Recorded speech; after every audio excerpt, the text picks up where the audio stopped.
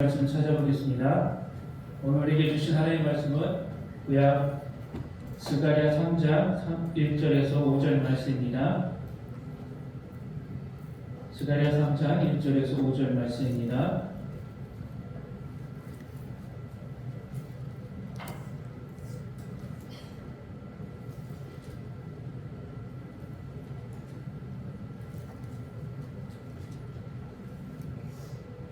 제가 말씀 공독하겠습니다. 대제사장 여호수아는 여호와의 천사 앞에 섰고 사탄 그의 오른쪽에 서서 그를 대적하는 것을 여호와께서 내게 보이시느니라. 여호와께서 사탄에게 이르시되 사탄아, 여호와께서 너를 책망하노라. 예루살렘을 택한 여호와께서 너를 책망하노라. 이는 불에서 꺼낸 그슬린 나무가 아니냐 하실 때에 여호수아가 더러운 옷을 입고 천사 앞에 서 있는지라. 여호와께서 자기 앞에 선 자들에게 명령하사 그 더러운 옷을 벗기라 하시고 또 여호수아에게 이르시되 내가 내 죄악을 제거하여 버렸으니 내게 아름다운 옷을 입히리라 하시기로 내가 말하되 정결한 관을 그의 머리에 씌우소서 하매 곧 정결한 관을 그 머리에 씌우며 옷을 입히고 여호와의 천사는 곁에 섰더라. 아멘. 이 시간 오갑찬 아멘.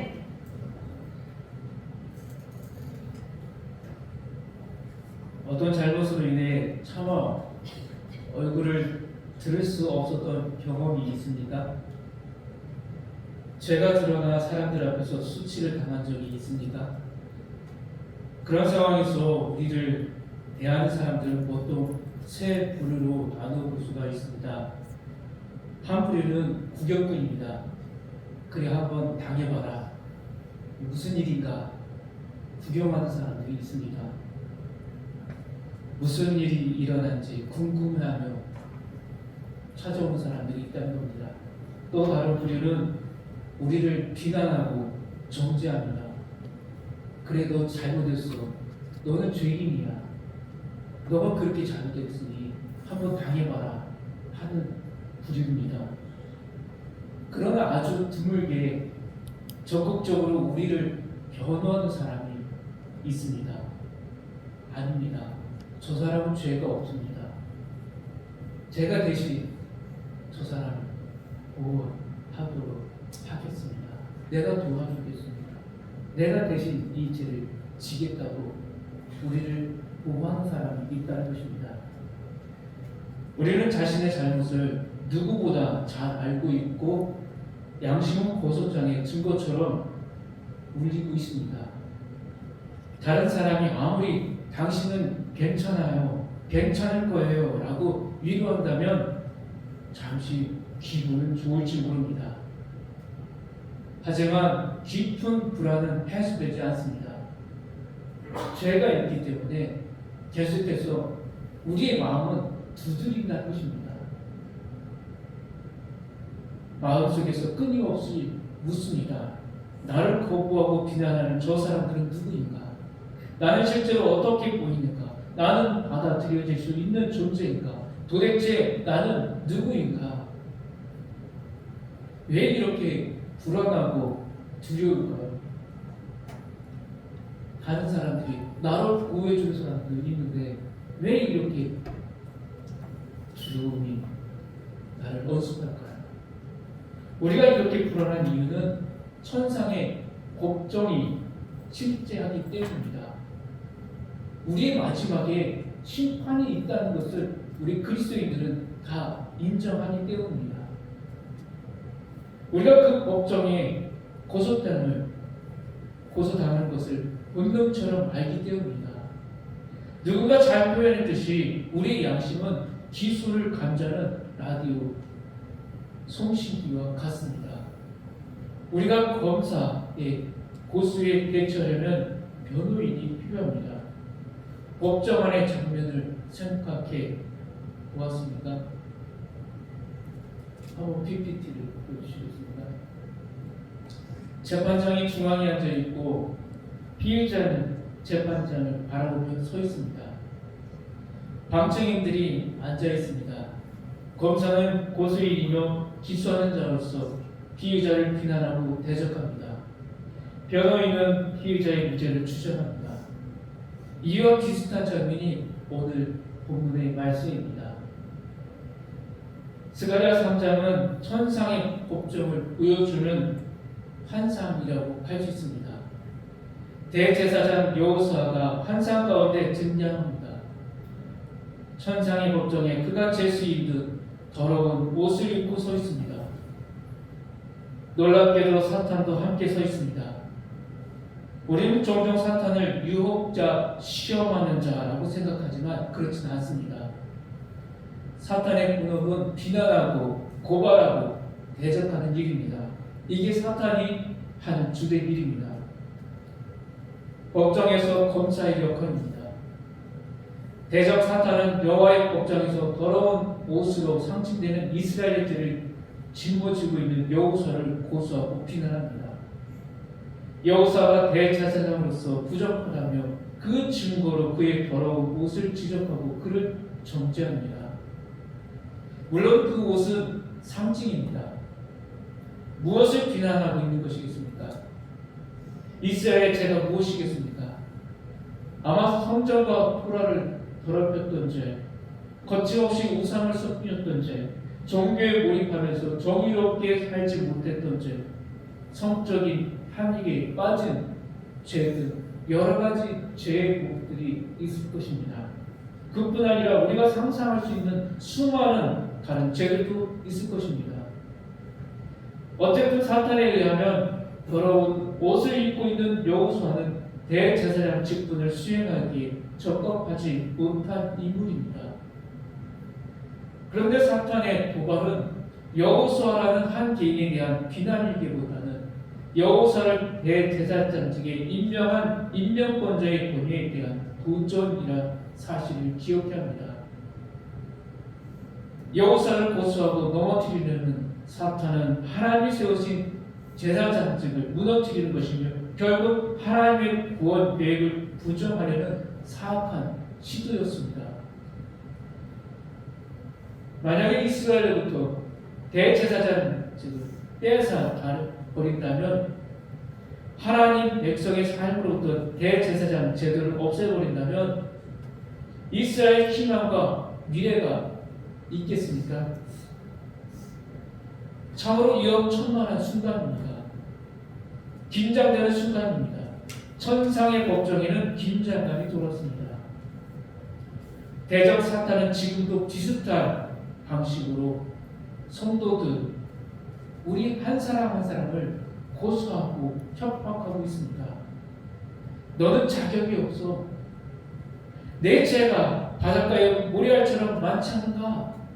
너는 하나님의 자녀 될 자야. 소리가 아니라고 계속해서 우리에게 들리고 있습니다. 너는 아니야. 우리에게 계속해서 귓속에 소리를 내고 있습니다. 어찌 한 입으로 두 말을 할 수 있어? 십자가의 은혜에서 떨어져 살지 않은가? 한 주간의 우리의 삶을 보면서 너는 이 그리스도인으로서 설 수 없다라고 사탄은 계속해서 우리의 귀에, 우리 마음에 속삭이고 있다는 것입니다. 비난과 고소의 전문가가 대적 사탄입니다. 사탄은 우리 내면을 고발하고 양심을 흔들며 심지어 말씀을 왜곡해서 정죄의 목소리를 키워가고 있습니다. 사탄의 비난과 조롱에 성도와 교회는 할 말을 잃어가고 있습니다. 죄는 우리를 마비시키고 하나님의 일을 감당하지 못하게 합니다. 더러운 옷을 입고 있다면 다른 사람에게 받아들여질 수가 있겠습니까?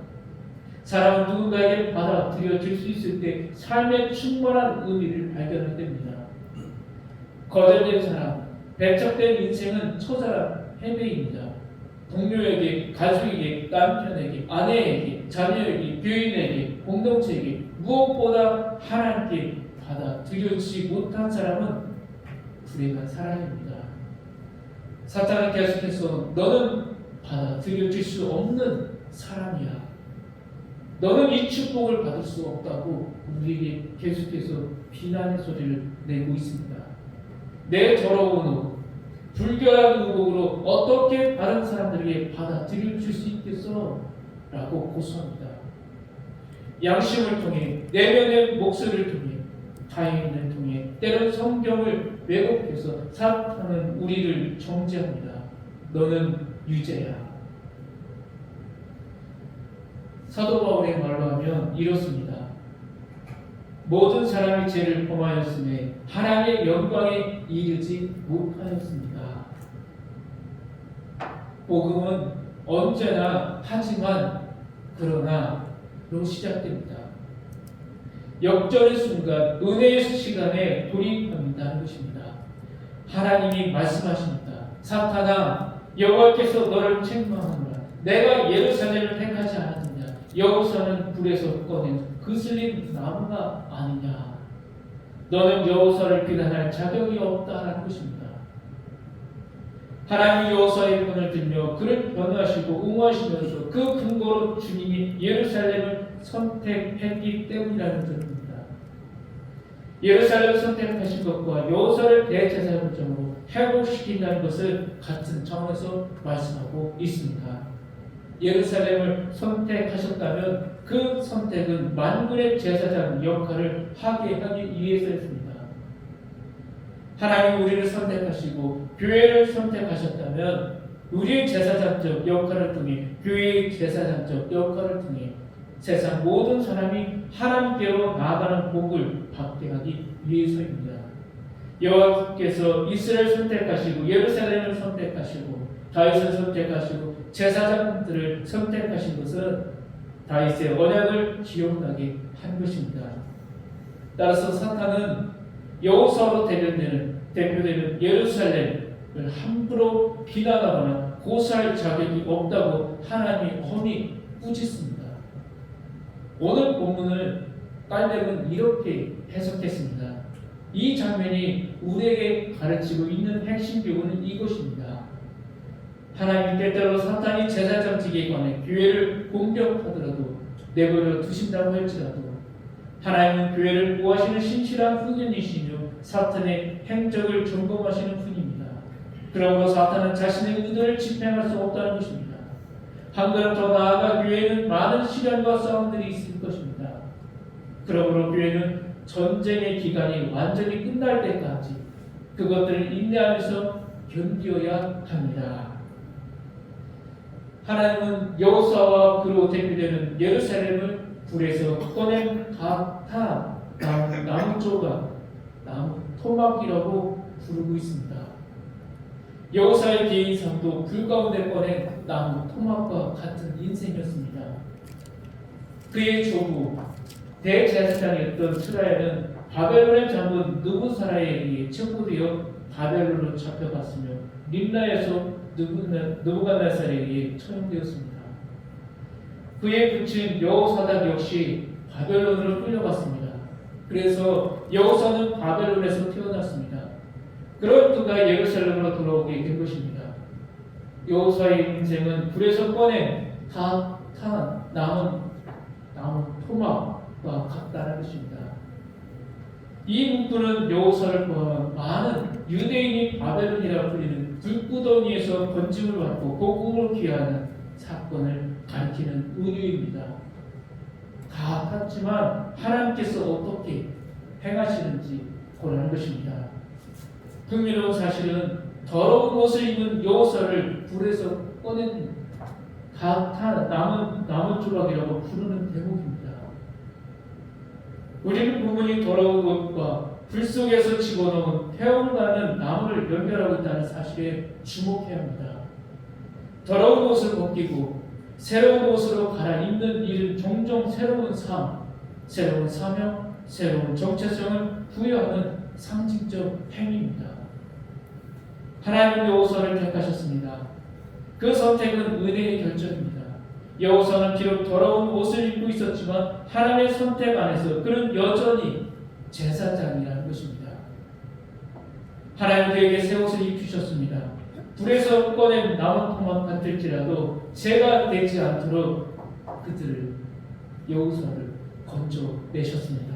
그리고 남은 자를 통해 새 일을 시작하십니다.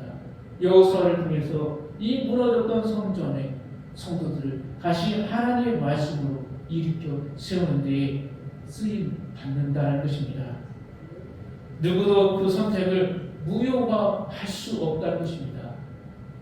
우리가 더러운 옷을 입고 있었을 때에 사도 바울이 말로 표현하자면 우리가 아직 연약할 때에 우리가 아직 죄인 되었을 때 우리가 하나님과 원수 되었을 때 그리스도께서 경건하지 않은 자를 위해 죽으셨습니다.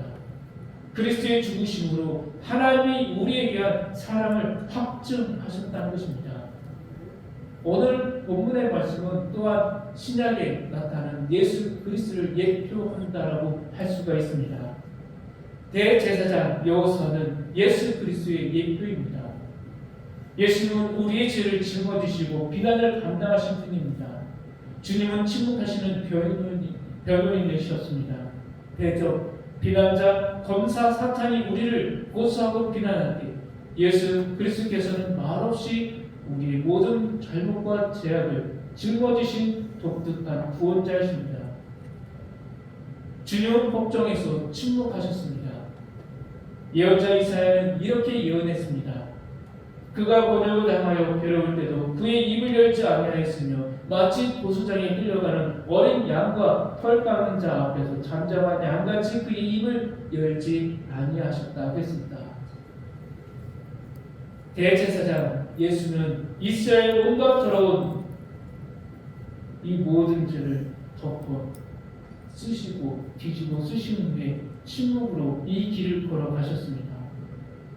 예수는 침묵으로 우리를 대신하셨고 그 침묵 안에서 우리의 구원이 완성되었습니다. 주님은 대제사장으로서 우리의 연약함을 친히 채우라십니다. 우리에게 있는 대제사장은 우리의 연약함을 동정하지 못하실 리가 아니요 모든 일에 우리와 똑같이 시험을 받으실 자로되 죄는 없으시다고 했습니다. 하나님은 말씀하십니다. 그 더러운 옷을 벗기라. 내가 내 죄악을 제거하였고 정결한 옷을 입히리라. 하나님 우리를 향해 의롭다고 선언하신 것입니다. 이 선언은 단순히 죄 없다고 무죄를 선포하는 법적 선언이 아닙니다. 회복의 선언, 관계 회복의 선언입니다. 하나님의 백성으로 다시 세우시는 선언입니다. 이것은 로암미, 이 로암이 내 백성이 아니다라는 말, 암미 내 백성으로 로함마 국류를 얻지 못한 자, 루함마 국류를 입은 자로 바꾸시는 은혜의 선언입니다. 우리의 죄악을 덮으신 그리스도의 은혜로 우리는 다시금 제사장의 옷을 입습니다. 사탄은 정죄하지만 하나님은 의롭다 하십니다. 불 속에 던져졌던 나무가 완전히 타버리지 않았고 살아남은 것은 하나님의 은혜 때문입니다. 그 불은 심판의 불이었지만 동시에 정렬의 불이었습니다. 그 불은 선멸이 아니라 새롭게 하시는 도구였습니다. 우리는 그 불을 통과하며 더러운 옷을 벗고 새 옷을 입게 되었습니다. 불타 남은 나무 토막에서 새로운 싹과 순이 나서 큰 나무가 되어 수고하고 무거운 짐을 진 자, 세상의 모든 사람이 다 나와 그 밑에 안식과 쉼을 얻는 환상을 우리는 꿈꿔야 합니다. 이제 우리는 바울과 함께 외쳐야 합니다. 그러므로 이제 그리스도 안에 있는 자에게는 결코 정죄함이 없도다. 이 사순절기가 우리 주 예수 그리스도의 은혜를 더욱더 깊이 묵상하는 자가 되셔야 합니다. 죄 때문에 겪어야 했던 고난조차도 우리를 더욱 정결하게 하시고 하나님의 은혜를 드러내는 통로가 되었음에 감사드리는 성도가 되기를 소망합니다. 기도하겠습니다. 하나님 아버지, 죄 많은 저희를 향한 하나님의 뜻은 언제나 회복의 있음을 깨닫습니다. 하나님 아버지, 죄로 더럽혀진 우리를 정결케 하시고 다시 사명을 회복시키는 은혜를 베풀어 주셔서 감사드립니다. 이 놀라운 은혜 앞에 순종으로 반응하는 자 되기 원하오니 하나님 더욱더 은혜를 구하오니 하나님 명령을 지키며 믿음으로 살아가며 예수 그리스도의 피로 우리의 죄를 덮어주신 하나님의 은혜를 힘입어 복음을 전하고 사랑을 실천하는 자 되게 하여 주옵소서. 예수 그리스도의 이름으로 기도합니다. 아멘. 찬송가 290